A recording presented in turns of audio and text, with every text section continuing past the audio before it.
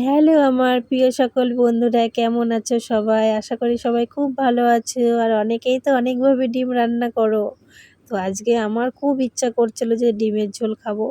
তার জন্য রাতের বেলায় চলে আসছি ডিম রান্না করার জন্য। তো দেখো ডিমগুলোকে সিদ্ধ করে নিয়েছিলাম, সিদ্ধ করে ভেজে নিয়েছি।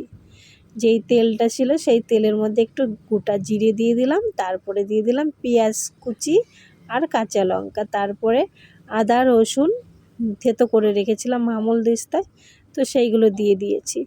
দেওয়ার পরে এখন মশলাটাকে ভালো করে ভেজে নেওয়ার পরে এখনে আলু সিদ্ধ করে রেখেছিলাম, সেই আলুগুলোকে আমি দিয়ে দেবো এখন মশলার ভিতরে। রাতের খাবার তো বেশি একটা তেল মশলা দিচ্ছি না, হালকাভাবেই রান্না করছি।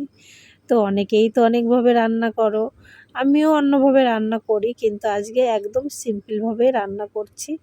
তো জানি না কার কীরকম লাগবে, যদি ভালো লাগে অবশ্যই একটু কমেন্ট করো, ঠিক আছে? আর আমার পাশে থেকো, আমাকে একটু সাপোর্ট করো।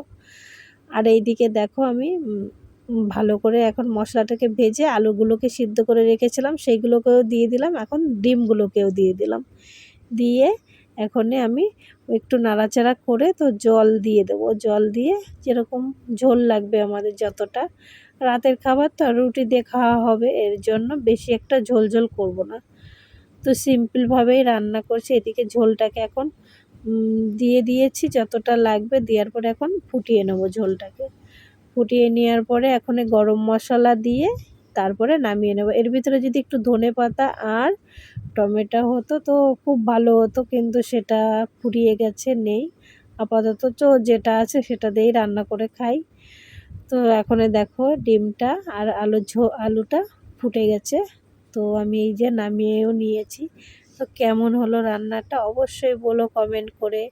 আর যদি ভালো লাগে আমাকে একটু কমেন্ট করে আমার পাশে থেকো, আমাকে একটু সাপোর্ট করো। তো দেখো ডিমের ঝোল রান্না হয়ে গেছে।